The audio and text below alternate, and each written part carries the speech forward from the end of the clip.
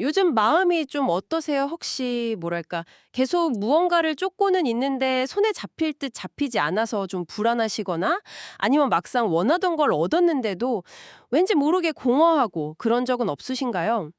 어쩌면 우리가 찾는 답이 아예 처음부터 다른 곳에 있었던 건 아닐까 하는 생각이 들 때가 있습니다.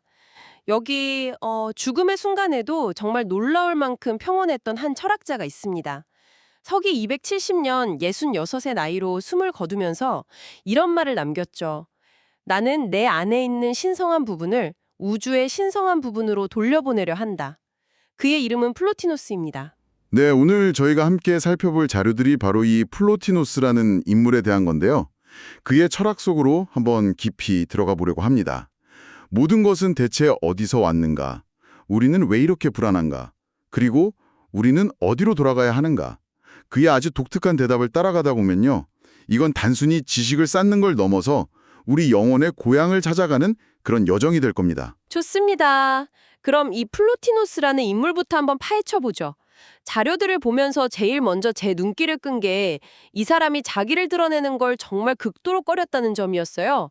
자기 출생이나 부모님, 고향 이런 거에 대해선 아예 말을 안 했고 심지어 화가가 추상화를 그리겠다고 해도 절대 안 된다고 했다면서요. 네, 바로 그 지점이 플로티누스 철학으로 들어가는 아주 중요한 입구입니다. 보통 사람이라면 어떻게든 자신의 모습을 남기고 싶어 하는 게 뭐 당연한 거잖아요. 근데 그는 정반대였죠.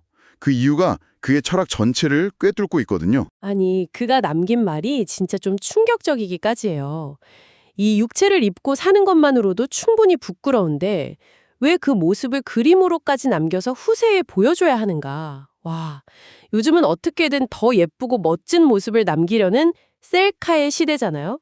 그런데 자기 몸을 부끄러워했다니 대체 어떤 생각을 가졌기에 이런 말을 할 수 있었을까요? 그 사람한테 진짜 나는 눈에 보이는 이 몸, 육체가 아니었기 때문입니다.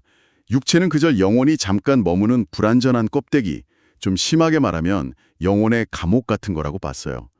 진짜 중요한 건 그 안에 든 영혼인데 사람들은 자꾸 껍데기만 보고 그게 전부라고 착각한다는 거죠. 그러니 그 부끄러운 껍데기의 형상을 그림으로 남기는 건 정말 무의미하고 어리석은 일이라고 생각했던 겁니다. 아하, 그러니까 보이는 나가 아니라 보이지 않는 나가 진짜다 이런 거군요. 이 생각이 그의 삶 전체를 지배했던 것 같아요.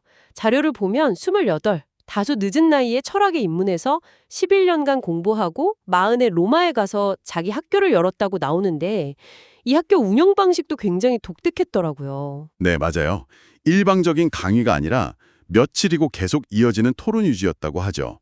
단숨이 지식을 주입하는 게 아니라 제자들하고 같이 진리를 탐구하는 그 과정 자체를 중시했던 겁니다.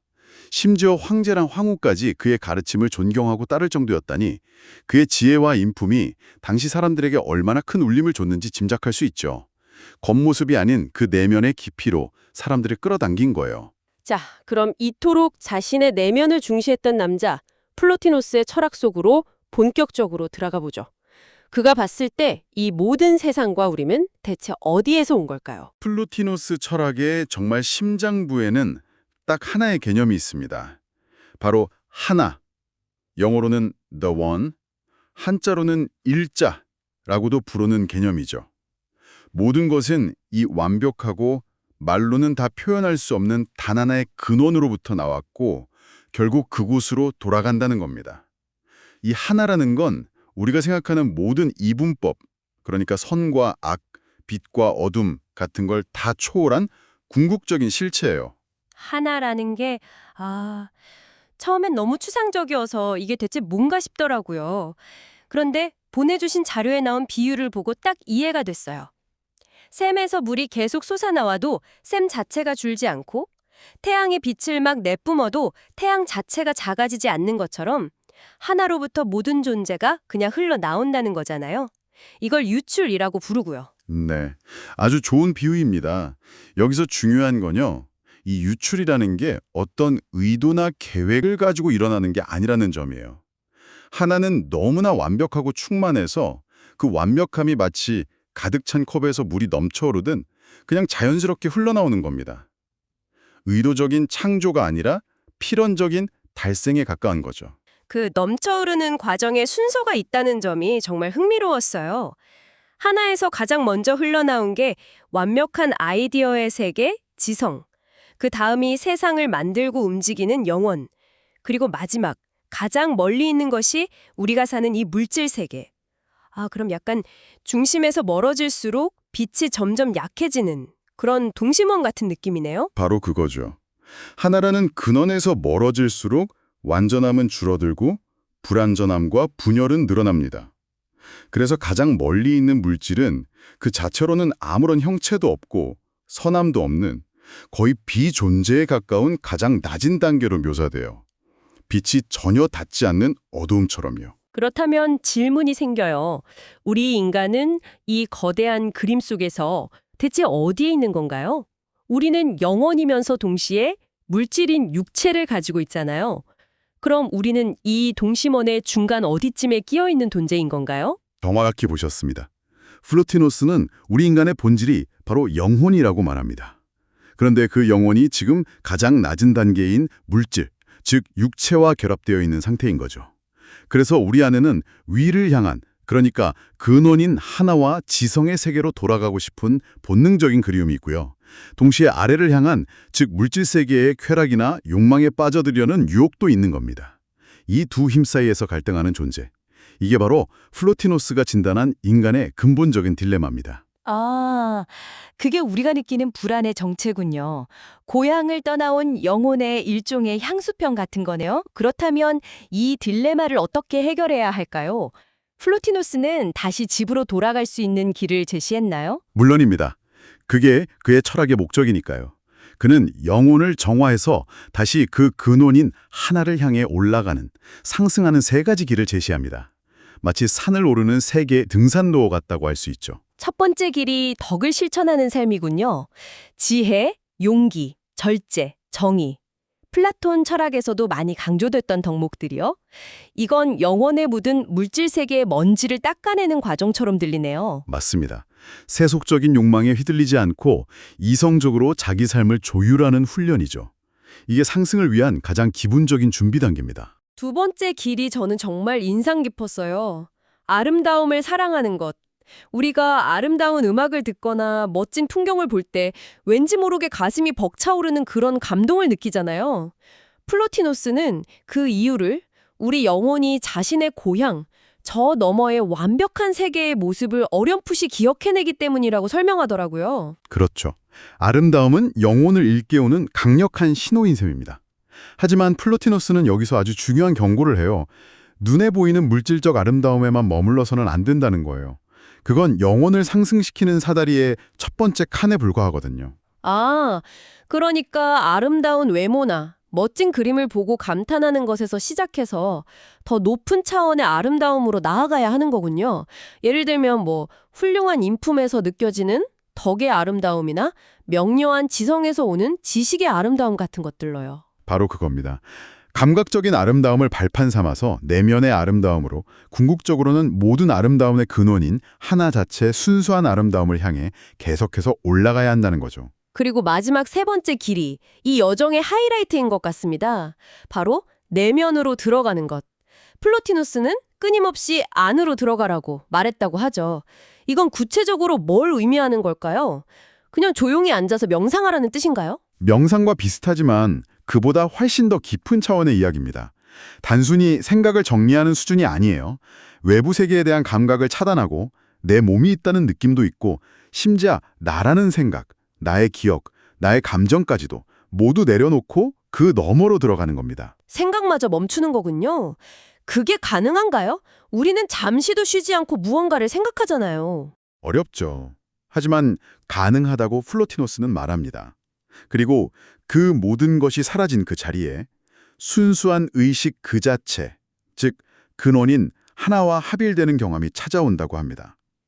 실제로 그는 평생 4번 이 신비한 합일의 경지를 체험했다고 제자가 기록했죠. 보는 자와 보이는 것의 구분이 사라지고 시간과 공간이 녹아내리는 궁극의 순간. 그는 이 경험을 이렇게 표현했습니다. 홀로 있는 자가 홀로 있는 자에게로 날아가는 것. 와, 홀로 있는 자가 홀로 있는 자에게로 날아간다. 와, 이건 진짜 철학이라기보다는 거의 시의 경지인데요. 모든 분리가 사라지고 근원과 내가 온전히 하나가 되는 경험이라니 상상만 해도 전율이 느껴집니다. 이런 이야기 때문에 많은 사람들이 플로티노스를 세상을 등진 신비주의자나 현실 도피적인 은둔자로 오해하곤 합니다. 하지만 당신이 보내주신 자료에도 나오듯이 그건 정말 큰 오해입니다. 맞아요. 저도 그 부분이 정말 의외였고 흥미로웠어요. 그는 수많은 고아들의 후견인이 되어서 그들의 재산을 관리해주고 교육을 직접 챙겼다고 하죠. 사람들 사이의 분쟁을 중재하는 해결사이기도 했고요. 이건 세상 일에 아주 깊숙이 관여한 거잖아요. 그렇습니다. 그의 삶은 세상 속에 있되 세상에 속하지는 않는 삶의 완벽한 본보기였어요. 세상의 문제들을 해결하기 위해 적극적으로 참여했지만 그 결과에 집착하거나 자신의 감정이 휘둘리도록 내버려두지 않았던 거죠. 그의 영혼은 언제나 더 높은 곳을 향하고 있었으니까요. 아, 그러면 그의 악에 대한 관점도 이런 맥락에서 좀 이해가 가네요. 자료를 보면 그는 악이 어떤 독립적인 실체나 힘을 가진 존재가 아니라고 봤다면서요? 네, 그 사람한테 악이라는 건 단순히 선이 부족한 상태, 즉 선의 결핍일 뿐입니다. 어둠이 그 자체로 존재하는 게 아니라 단지 빛이 없는 상태인 것과 똑같은 이치죠. 물질 세계는 근원인 하나, 즉 완전한 선으로부터 가장 멀리 떨어져 있기 때문에 선이 가장 희미한 곳이고 그래서 악이 나타나는 것처럼 보인다는 겁니다. 이거 정말 중요한 관점이네요. 보통 우리는 선과 악이 동등한 힘으로 막 싸우는 것처럼 생각하는데 그게 아니라는 거잖아요. 악은 그저 빛이 닿지 않은 그림자일 뿐이다. 바로 그겁니다.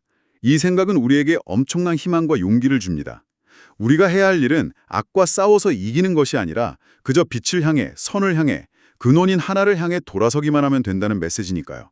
그러면 악이라는 그림자는 저절로 사라질 수밖에 없다는 거죠. 자, 그렇다면 이 거의 2000년 전 철학자의 지혜가 지금 2024년을 사는 우리한테는 어떤 말을 걸어올까요? 저는 이걸 요즘 유행하는 웰빙 개념과 비교해보면 재밌을 것 같았어요. 요즘의 웰빙은 몸과 마음을 잘 관리해서 이 세상에서 더 성공하고 행복하게 살자는 거잖아요. 근데 플로티노스는 정반대의 길을 제시하는 것 같아요. 아주 날카로운 지적이십니다. 플로티너스는 세속적인 나를 최적화하는 게 아니라 그 나라는 생각 자체를 해체하고 넘어서라고 말합니다. SNS 속의 나, 직장에서의 나, 심지어 내면의 불안과 욕망에 휩싸인 나조차는 진짜가 아니라고 보는 거죠. 끊임없이 밖으로만 향하는 우리의 시선을 안으로, 더 안으로 돌려서 모든 껍데기를 벗어던질 때 비로소 진짜 평화가 찾아온다고 말하는 겁니다. 이건 현대 웰빙에 대한 급진적인 재해석이죠. 그리고 두 번째는 아름다움의 재발견인 것 같아요. 우리는 예술이나 자연을 그저 기분 전환을 위한 소비의 대상으로 여기기 쉽잖아요. 하지만 플로티노스의 관점을 빌리면 아름다운 음악을 듣고 멋진 그림을 보고 장엄한 자연을 마주하는 모든 순간이 사실은 우리 영혼이 고향집에서 보낸 영상편지를 확인하는 시간인 셈이네요. 와, 멋진 표현입니다. 아름다움은 단순한 쾌락이 아니라 영혼을 더 높은 차원으로 이끄는 신성한 사다리라는 것. 이 관점을 기억한다면 우리가 일상에서 아름다움을 마주하는 태도가 완전히 달라질 수 있겠죠? 마지막으로 이 모든 것의 근본에는 나는 누구인가라는 질문이 있는 것 같아요. 플로티노스는 우리에게 끊임없이 상기시켜줍니다. 당신은 이력서에 적힌 스펙이나 통장 잔고 혹은 지금 느끼는 이 불안과 슬픔이 아니라고. 당신은 이 모든 것을 넘어선 무한한 가능성을 지닌 영혼이며 궁극의 실체인 하나와 연결된 위대한 존재라고요. 맞습니다. 그는 극심한 육체적 고통 속에서 죽음을 맞았지만 두려워하지 않았습니다. 자신의 진짜 집이 어디인지, 자신의 영혼이 어디로 돌아가는지를 명확히 알았기 때문이죠. 그의 마지막 말은 어쩌면 우리 모두에게 남기는 메시지일지도 모릅니다. 당신은 이미 집에 있습니다. 단지 그것을 잊고 있을 뿐입니다. 네. 오늘 이 이야기가 듣고 계신 당신에게는 어떤 울림을 주었을지 참 궁금합니다. 마지막으로 플로티노스가 제안한 내면으로의 여행을 오늘 밤 잠들기 전에 한번 시도해 보시는 건 어떨까요? 이걸 거창하게 생각하실 필요는 없고요. 그냥 오늘 밤에 조용한 곳에서 편안하게 눈을 한번 감아보시고 바깥의 소림들, 몸에서 느껴지는 감각들, 그리고 머릿속을 쉴 새 없이 오가는 생각과 감정들을 그저 가만히 바라보는 겁니다. 그것들을 없애려고 애쓰지 마시고요. 그냥 강물처럼 흘러가도록 내버려 두는 거죠. 처음에는 온갖 잡생각 때문에 1분도 집중하기 힘들지도 몰라요. 당연합니다.